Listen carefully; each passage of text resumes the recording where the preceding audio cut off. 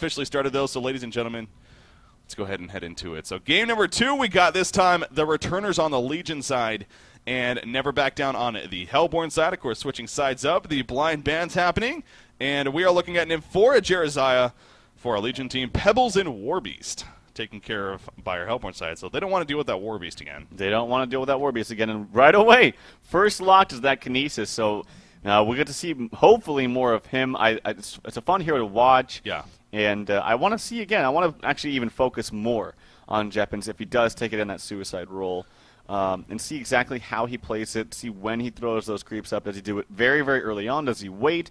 Actually, what I think I saw him do a couple times was rather than just pulling it or using it right at the very beginning of the creep wave, I saw him actually throw the archer into the other creep wave so it actually aggroed everything else. Yeah. And that was one way to do it. It killed the archer immediately, and then he got lane control. So that's one way to do it, and I'm interested to see other ways. I still remember when he first came out, there was some mechanic where in the middle lane you could actually go as Kinesis, and you could aggro Congor with the creep wave somehow. You could deny your whole first creep wave with Congor as a result of that ability. So, of course, that eventually got changed.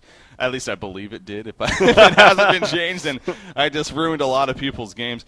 No, but I believe it was changed. Try that out tonight. I do remember. Yeah, everyone's going to be trying on their streams, and I'm going to be the blame. Dog Kaiser is going to hate me tomorrow. Yep.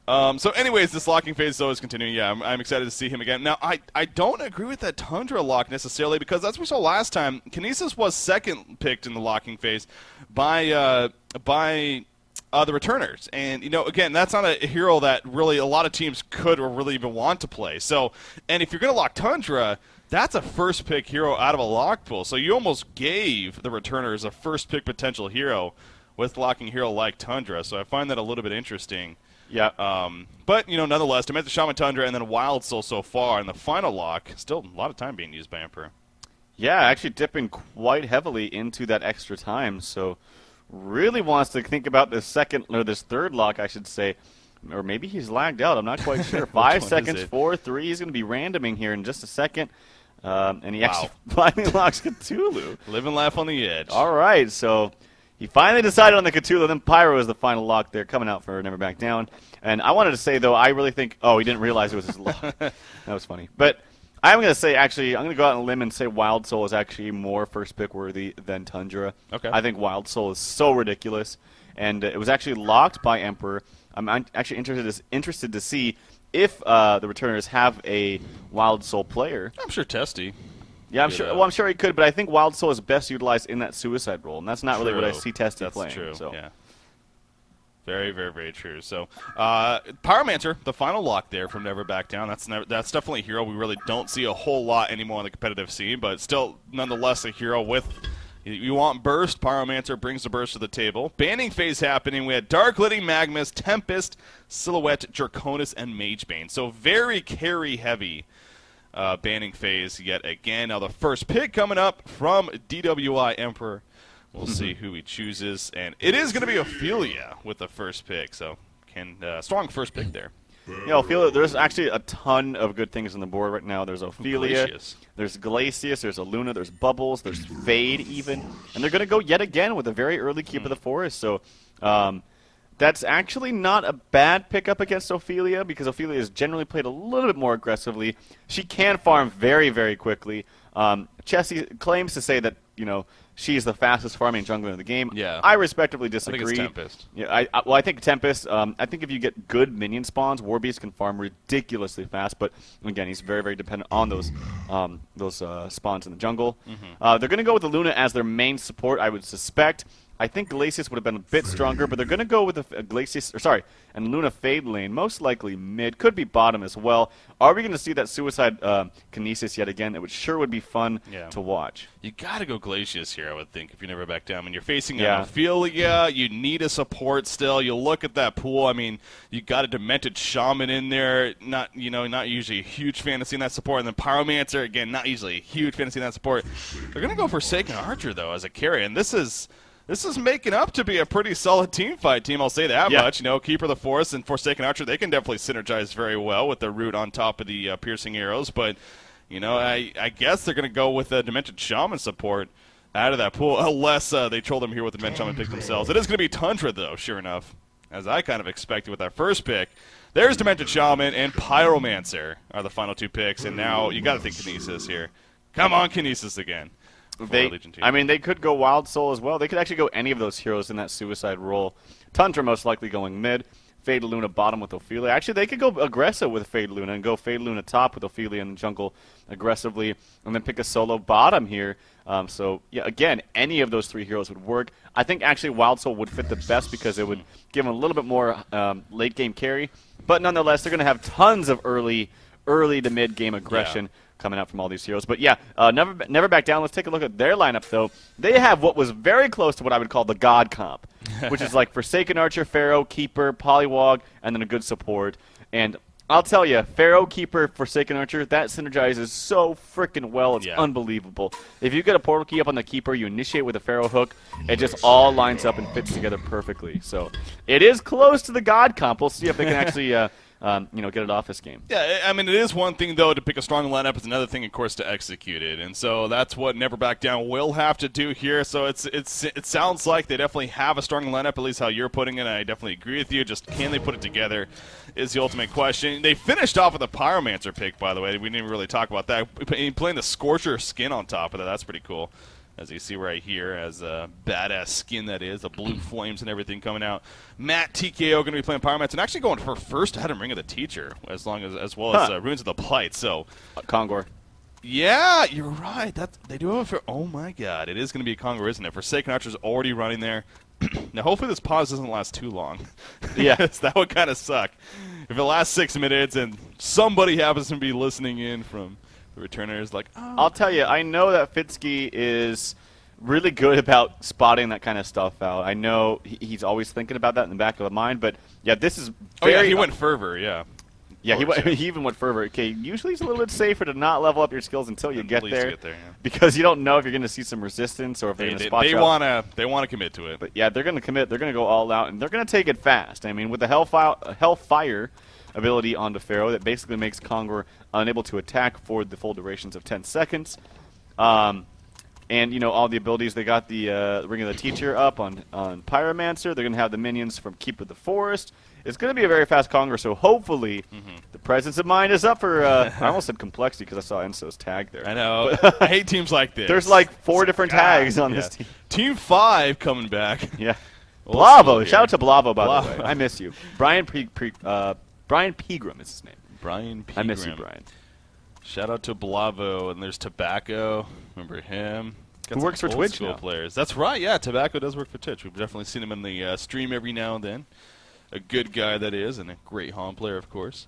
Yeah, that's, man, you know, it keeps hitting me. I've been tweeting about this actually a couple of times, but I've been doing this for 3 years now. I mean, you just think about that. 3 years this I've been, at least myself, and I think you even around that long as the Hon competitive scene, and, you know, been around, and just think of all the changes that have happened, you know, with the meta game, with the teams that we've seen, the players, it really brings a tear to your eye of how crazy it's been. But anyways, enough about the past. Let's keep focusing on what is in the now. We are still sitting in this pause. I'm serious, though. I really hope this doesn't last another couple of minutes, because that would be really unfortunate. Okay, so we are going to see ready, and looks like they are. So good to set. Oh, nope.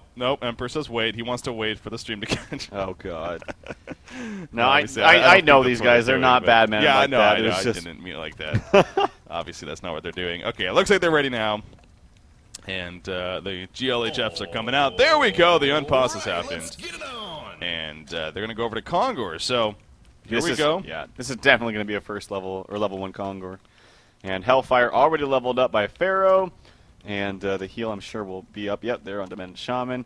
So are they going to be able to spot this out? Are they going to realize? And actually, Tundra's coming in the bottom lane, being played by Angry Testy, by the way. So he's going to be taking on that short lane role. They are going to go aggressive with this tri-lane like I thought. They really should once you have an Luna and an Ophelia on your side. Enso playing that Ophelia, by the way, who actually plays a very good Ophelia. Most of people think that he can play, you know, more of the aggressive carry style heroes, but no, he plays a fine Ophelia. But yep, level 1 Congor is in the making. They actually have a ward out here in the bottom river to spot out any kind of resistance, and I don't see the courier running around at all.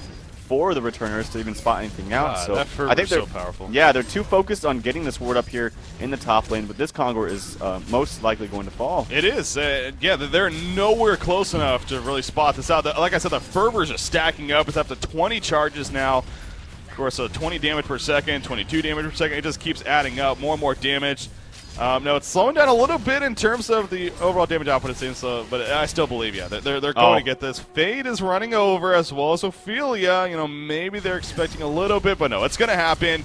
I'm sure they're just going to spread the experience to level 2 for everyone. We'll see who picks up the token of life here. Who's it going to be? There's the Congor kill, and it looks like Pyromancer going to be the one to pick up the token of life. So he's got a Ring of Teacher, token of life. You see, and then a pause happens. There goes the laughter. So are they really pausing for GGs? Like, okay, that just happened. Oh, they're excited. You know, they got to do a level 1 Congor against Angry Testy. How many chances do you ever get to do that on Honcast as well? Let them have it. All right. Well, okay. We're gonna see Forsaken Archer and Pharaoh actually walk up to the top, and even Demented Shaman, and even Keeper. So we're gonna see a quad lane, just an abandoned bot. What is it? They are going all out here. Oh, some miscommunication. Pharaoh's actually gonna walk back to the bottom after, you know. Maybe they're just ultimately seeing who was where, but yeah. So for Farah, you gotta wonder if it's even gonna play the biggest role that they got Congor level 1. But I guess the others, it definitely could still. But Tundra, he's gonna be level 2 himself very quickly here. So yeah, this is one of those times. Like if you can get the Congor kill fast and get to your lanes very, very quickly, then you have a huge lead. But yeah, Tundra's gonna be basically on par as far as levels and a little bit of farm is concerned with that Pharaoh. Who got the last hit, by the way? I think it was Pink. Let me double check here. Yeah, elusively. Yeah. So for Forsaken Archer, seeing how she has 400 gold per minute, she's going to have a lot of farm to work with. So yeah, Pharaoh versus Tundra down here. I'm pretty sure Angry Tessie's going to do just fine. He did go Hatchet actually on the Tundra, something we don't see that often. But I mean, with the high base damage he has, the great attack animation, he's going to be able to pretty much deny and get every single last hit here. Well, you see right here. Oh, he's going to miss that last one, actually. He tried for throwing the hatchet, but not going to hit. But yeah, the creep wave, it's in tower range now, though, so it'll actually go quickly here. And hopefully for Pharaoh's sake, it'll go back a little bit more in his favor. You see the Tormented Soul is level 2, so he's going to be able to harass with that, as well as get some last hits. But Keeper the Force and Ophelia, they are next to each other. Ophelia is still level 1, as you can see. And Keeper the Force managing to be level 3. He needs to be a little bit careful, though, taking some pressure. He has the creep wave, or the jungle creep still on him, I should say. But this is kind of interesting. You see Ophelia hitting level 2 right there. Ophelia versus the Keeper of the Forest. Not too often we get to see these two going up against one another in the jungle matched up. Pyromancer in the middle lane, a lot of damage onto him. Now he does have a token of life. He has his bottle picked up, so perhaps why he's playing so aggressive here. But he wanted to be careful because Aluna's coming around, and even with that token of life, you die, you come back up, but you know, if they kill you again, then it really didn't make it worth it. So he's going to use the bottle charges, though, and he'll be fine for now. Keeper of the Forest, what do you make of Keeper sitting in his own jungle, though, despite all this harassment coming out? Well, he's living. I mean, he's wasting the time of Aluna and Ophelia, and that means Fate's not going to get really any farm up here against this double range lane. So, yeah, kind of curious if they're actually maybe even if they're able to net a kill, it's going to make a difference. But you know, trying this much to get a kill onto.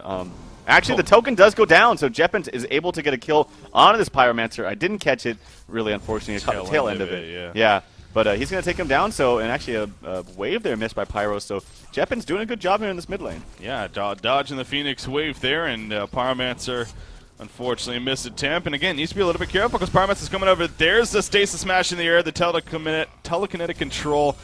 So many words. Pyromancer, Power Throw hits as well, and Ophelia's diving in big time. The Minotaur taking the damage, though, will be killed. And Pyromancer just going to play Ring Around the World. He puts us down under Aluna. Aluna's going to fall. No! Pyromancer goes down. Aluna, the tower damage will tick her down. As actually, I think that was the Fervor that caught her, so Matt TKO will get a kill out of it, but he went down first.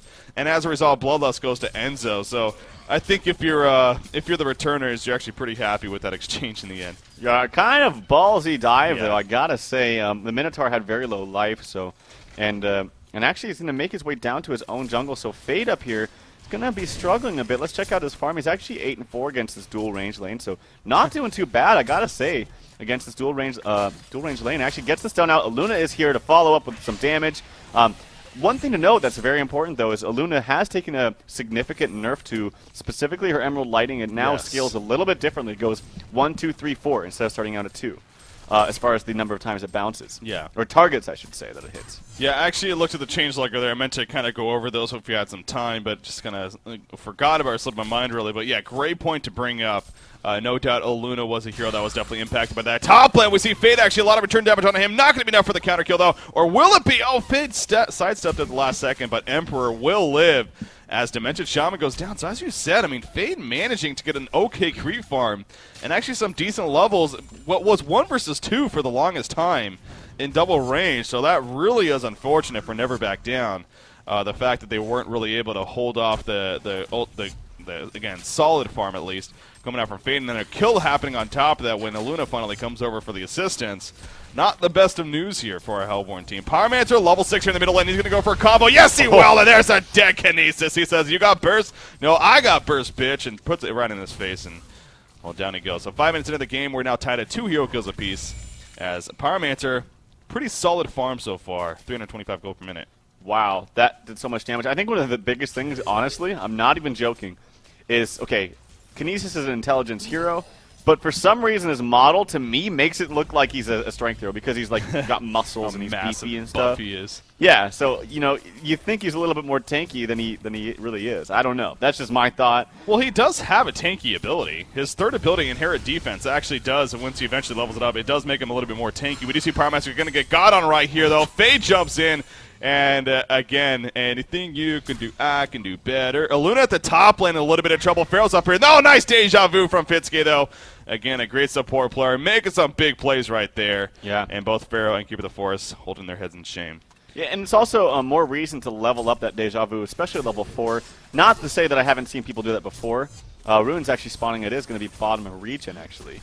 If Oluna was able to know that, she would gladly take that. But yeah, not to say that people didn't level up Deja Vu before. It definitely makes sense to level it up now with the Emerald Lightning being a little bit nerfed. Or you could also argue that you have to level up the Emerald Lightning. In fact, I've even seen players max Emerald Lightning now over that power throw. So just an interesting thing to note there. Bottom lane, let's check out some creep farm.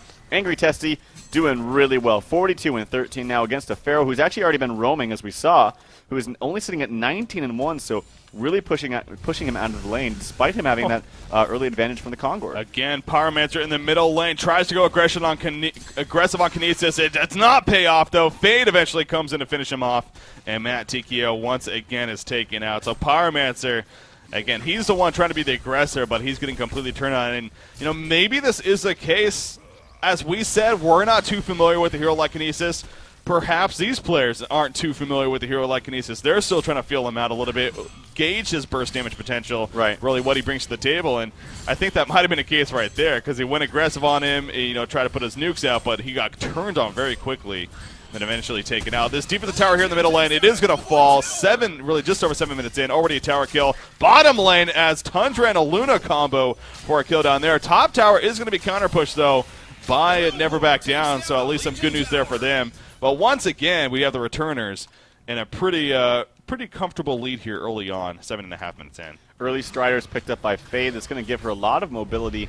And actually mid lane, even more action. Pyro doing so much burst damage, but there's the burst damage coming back from Kinesis. Not going to be enough, though. So unfortunately, Enzo gets taken out yet again. Matt TKO proven just how much burst damage can come out from that Pyromancer. I feel like they're having an EPing contest here, Kinesis versus Pyromancer. You know, who can put out more damage between these two? Look at the hero damage chart. I mean, they are pretty damn close. 25% for Kinesis, 23% for Pyromancer. So trying to just show one another up. Right now, though, as far as, well, it depends on what stat you're looking at. It seems like Jeppins, though, the slight advantage. Bottom lane, nice initiation from Pharaoh. Can they capitalize off of this? Oluna the one caught. You do see the counter, though, on a Pyromancer. He's trying to get his combo off. Is not able to get off in time. There we go, finally. Oluna will fall. There goes Kinesis. Still the burst damage from him. Yet again, another kill happening. He has a haste rune, too, and thank God for that, or else he would have been counter-killed, actually. So it ends up being a one-for-one exchange between the two. We got a good amount of action here, 8.5 minutes in. Deny on the bottom tower on top of that, though, so Never Back Down. Again, some kind of good news there for them. At least they were able to deny it, but again, some really aggressive play coming out. But with this Legion team especially that the Returners has, it makes sense. I mean, this is a very aggressive early, especially into mid-game team, so it really isn't a huge surprise to see that, I guess. Yeah, well, the only thing I fear is that they don't really have the late game to take this. Yeah. Unless Tundra builds for a more late game oriented build, where normally we see a very fast portal key and lots of aggression. I don't think they need a portal key on Tundra, honestly. I mean, it could be good. It would be just fine, but I think something like just a very fast Puzzle Box 3, especially against that Keeper of the Forest, would be just fine and dandy. So we'll have to wait and see how Angry Testy does build this Tundra, who, by the way, is by far the top farm in the game at 420 gold per minute, just about. And so he actually has 2k gold pooled up. Maybe he's going to go for an early aggression with that portal key, but we'll have to wait and see. Look at this push here in the middle lane. In the meantime, Pyromancer getting caught up in there. Instead of the burst damage from Kinesis, but the whole Hellborn team is here. Pyromancer will fall. There's the initiative from Pharaoh, catching Kinesis. Great piercing arrows right on top of the Keeper. Oh, Kinesis, though, still alive somehow, and he will be fine for now. Demented Shaman trying to heal everyone out. Fade is still alive. They need Pyromancer. This sucks that he's dead right now. Nice unbreakable at the last second for Demented Shaman. May barely help him survive. Forsaken Archer will be picked off, though, when it's all said and done. So the Hellborn team, they had some great initiation there, but they got 0 kills out of it. Both Pyromancer and Forsaken Archer end up falling. I mean, it is the God comp. What can I say? No, yeah. Unfortunately, they just weren't able to really focus down people correctly. I think they were not too sure on who they were targeting. Some miscommunication, maybe. Also, the Fade stun, though, once she opened up, she kind of was in a very tough spot. Did ultimate, but was caught into the Keeper ultimate as well as the ultimate from Forsaken Archer. Took a lot of damage, but was able to live. Tried to make an opening after that, but actually didn't burst out of his ult. He actually just used his stun, and was only able to get 1. So had he gotten more, I think they could have actually netted a couple more kills there. Yeah. But nonetheless, the returners definitely come out on top during that fight.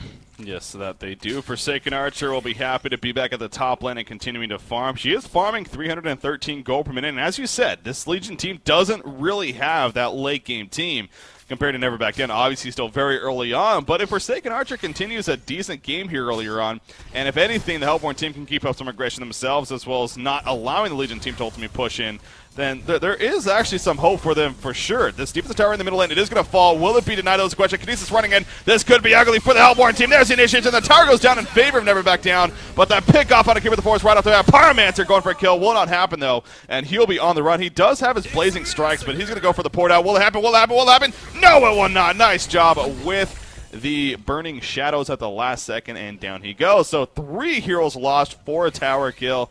Not sure if worth it if you're Never Back Down, but they tried.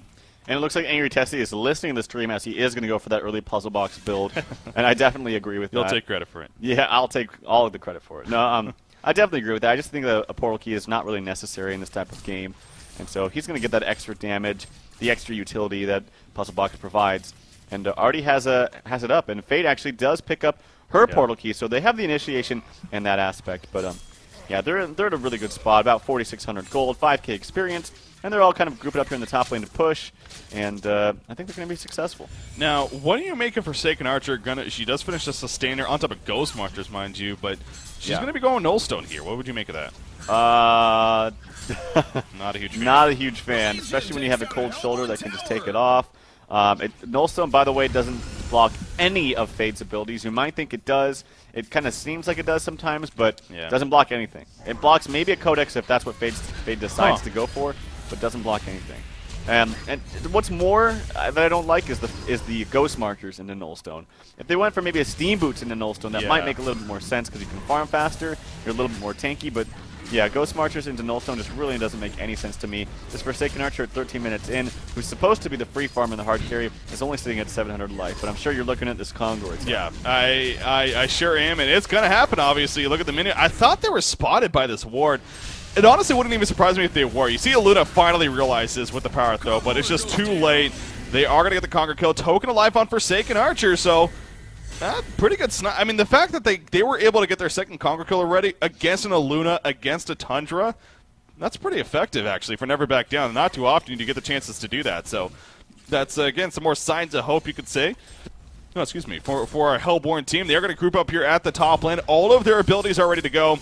Where will the jump happen? You mentioned the portal key on a Fade. So, obviously, that's where the strength will come in for the returners. Pharaoh going around the backside. Does around the Pharaoh. Will catch that creep wave right there. Kinesis is the one to jump, but he gets put in the air. They're in the background. Forsaken Archer gets jumped. Forsaken Archer will be burned down. He got the token of life, though. Will they be able to come back and make something happen? The root was already used. Keeper of the Force comes back up. Piercing arrows absolutely hitting nobody except some Ophelia creeps. Everyone's still alive for the Legion team. Pyromancer dead on the Hellborn side. There's a kill for the Hellborn side, but Emperor gets another kill. Jeppin's picking up a double tap, and the Hellborn team is starting to fall apart. Keep it the force. Not much he's going to be able to do by himself now as Pharaoh is just in retreat mode. So they tried, but it looked like the returner's just a little bit too strong, and now they're also going to get the tower kill on top of that. Yeah, I'm actually a little disappointed, though, that they don't have any kind of Words of Revelations or dust on them, especially when you're dealing with the Keeper of the Forest and you're pushing and grouping up as 5. Kind of unfortunate. They did actually have one down here next to this where you would normally ward this cliff, but I think they needed one in lane as well. They could have got a free kill onto Keeper, and even on top of that, actually killed him when he was initiation. That was kind of a ballsy move by Keeper to walk in there. Yeah. But nonetheless, they were able to get a good start. But yeah, just the power of this Legion side with the amount of farm that they have right now is just too overwhelming for the Hellborn side. They're going to have to take some more, some smaller skirmishes, particularly between the Pharaoh and the Pyromancer. I think that's where they need to start. Pyromancer ran into Kinesis, but Kinesis was very quick with that stasis match, put him up in the air. You do see he's going to get a kill right here into Luna, but at what cost? Kinesis coming in with the ultimate. Will he be able to run away? It looks like he is. Oh, Fade? Yeah, Fade is actually going to go fall back instead of... Oh, yeah, wow, he's almost dead. That's what you're getting at. I thought you wanted him to go for the kill, but Pyromancer is going to run into Ophelia actually with Demented Shaman. Pyromancer pretty low himself. He needs to be careful. He will get the Unbreakable applied to him, but he's going to actually just end up falling back because in comes Kinesis. Kinesis, yes, he'll get the abilities off, but no, barely seen alive. Pyromancer turn around, misses the stun actually onto Kinesis, and down goes Pyromancer. Demented Shaman going to get caught by the Skeleton King, and he too will eventually fall. Keeper of the Forest running in. Keeper of the Forest does have a root up in 1 second. But the Power Throw Snipe finishes off Demented Shaman right there. So some unnecessary kills, it looked like, happening for a Hellborn team. Pyromancer, that's an illusion. I was going to say, he died, I thought. So the illusion's still alive, but yeah, some unfortunate picks. And Tundra just farming away at the bottom lane. Angry Tessie doing his thing. He's nearly a level 3 puzzle box himself. I know, that's going to be huge. 16 minutes in the game. Wow. Yeah. But yeah, Angry Tessie at 455 gold per minute.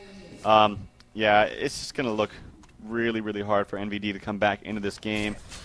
Like I said, in order to really bounce back, they're going to have to look towards that Pyro and that Pharaoh to get some pickoffs with that.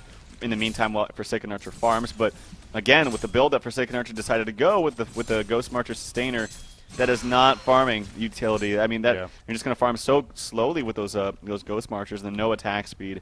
And well, the thing is, it doesn't even seem like they're farming anymore with it. I mean, you see right here at the bottom lane, they're pushing as a team, and she's with them. So she was doing it for a little bit, but ever since that Congor attempt now into this, I mean, it's more of a case of let's group up and try to push. Yeah, I don't know if I necessarily agree with that. They do have a strong teamfight team, but they also have the better late game team, and trying maybe pick up on farm could be a beneficial thing. We do see Keeper of the Forest. Ward of Revelation is placed down. Keeper of the Forest trying to be alive though. Pyromancer puts a stun out. There goes the Keeper Root, but the coordination just not seeming to be there. You see the stage smash. There's the ultimate for Kinesis, and Forsaken Archer is picked off right off the bat. Kinesis still well alive, chasing down Pyromancer. Pyromancer falling quickly. You see Pharaoh gets caught. He will too fall in the end. Pyromancer goes down. Demented Shaman, nowhere to go for him. And the genocide for the returners right there. We see the GG well played being called. It looks like Never Back Down has had enough. And that will do it for game number 2 and the series. As a result of the returners, of course, winning the series 2-0. So big congratulations to them. I know a lot of people, including ourselves, were very intrigued to see what this team would bring to the table. Of course, Angry Testy and crew and his new team, Fitzgate coming back. Great players all around. Pretty good start for them. But again, nothing against Never Back Down. This isn't really the top tier of teams, though. I'm interested to see especially how they do in the group stages. I still think they play that somewhat well. I mean, Pyromancer still did work in the early game. He showed us again how much burst Pyro can provide, and did pretty decent there. And just the idea to get that level 1 Congor, I mean, they got it successfully.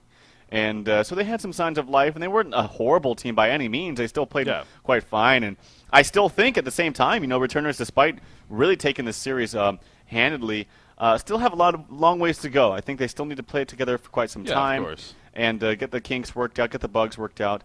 And but nonetheless, they're still playing great. Angry Testy still doing his thing. 471 gold per minute that game with what was a 17-minute puzzle box 3. Pretty ridiculous. But yeah, it should be a lot of fun to watch them in the rest of this tournament. Yeah, and I jumped a little bit ahead of myself there, said in the group stages. They haven't qualified for that just yet. They will have another matchup in the round of 32, which is, of course, going to be happening today and against their next opponents. I was looking, you can check out the brackets. Speaking of that, if you go to dreamhon.com, guys, you can check out the brackets there under the tournament section. And I was looking at, I didn't recognize it's Crushing Enemies versus It's Not Very Effective. Those are the two teams that are playing each other to see who will play the returners in the round of 32. So, right. But, you know, if they happen to make it on to the group stages with a victory there, which, again, I wouldn't be surprised about, I am very interested to see how they match up against some of the best teams out there nowadays, of course, in those group stages. And I know a lot of people, like I said, I'm sure out there are as well. So that's going to be a lot of fun. That is set to start on Monday, just to clarify that as far as both coverage and the group stages for the DreamHack Destination DreamHack event. So yeah, just double checking on that. But that is set to start on Monday. So that's going to be fun, man, the group stages especially. But we do have another match today, guys, so don't go anywhere just yet. Well, we are going to take a break on that note. We are going to take a short break here for about, well, actually just over an hour and a half, and then we will be coming back to you with the round of 32 matchup. So we'll let you know the teams that are going to be playing as soon as possible via updates. Follow us on Twitter, myself, BreakyCPK, Trelf Hahn. Of course, Hahncast as well. You get updates there. Go to HahnTour.com. Follow us there as well because we like to be followed everywhere. Just that cool. And we actually already have some news updates already on Hahn Tour. I think we got player-hero combinations. There's a list there of your typical player-hero combinations, something like Slicks. When what do you think of a player, what hero comes to mind, or vice versa. Yeah. So Slicks, you can think of Forsaken Archer. Moon Meander, you think of Tundra specifically. And it has a list and a breakdown for you right there already on the site. Also, there's a short little excerpt on Zai, who did take out Complexity. And if you missed it, guys, you got to check out the VODs on Hahncast.com. But Zai taking an annihilation against Complexity in the 1v1 show match. That was really fun to that watch. was crazy. And, you know, his fan base already had an okay fan base before that, I'm sure, but it just shot through the roof, I'm sure, especially after that. That was something. It does the annihilation against Complexity. Who saw that coming? Yeah. But, yeah, that was definitely impressive. So, but, yeah, you're right. HahnTour.com, they got some news articles there. Hahncast.com, and they got all the content on there as well. So definitely make these two sites your sites to visit every single day because there should be content daily, especially on Hahncast.com. So, with that said, I believe we are good for now. We are going to take a quick break, perhaps get some food ourselves. You guys should do the same. Grab a snack or dinner or lunch, wherever the hell you are. And join us back about an hour and a half from now at 12 p.m. Pacific, 3 p.m. Eastern at 2100 Central European Time. We'll have a round of 32 matchup coming at you. And it should be pretty good. I have an idea. There is a possibility that we could have a pretty good matchup that we were looking at. So definitely stay tuned for that. The winner of that will move on to the group stages. The loser, they will be done here in Destination DreamHack. So the dreams are on the line for these teams, guys. With that said, on the line. We're so clever here. We try. Tune in then. We'll see you then. So taking a break here. We'll come back after. See you then.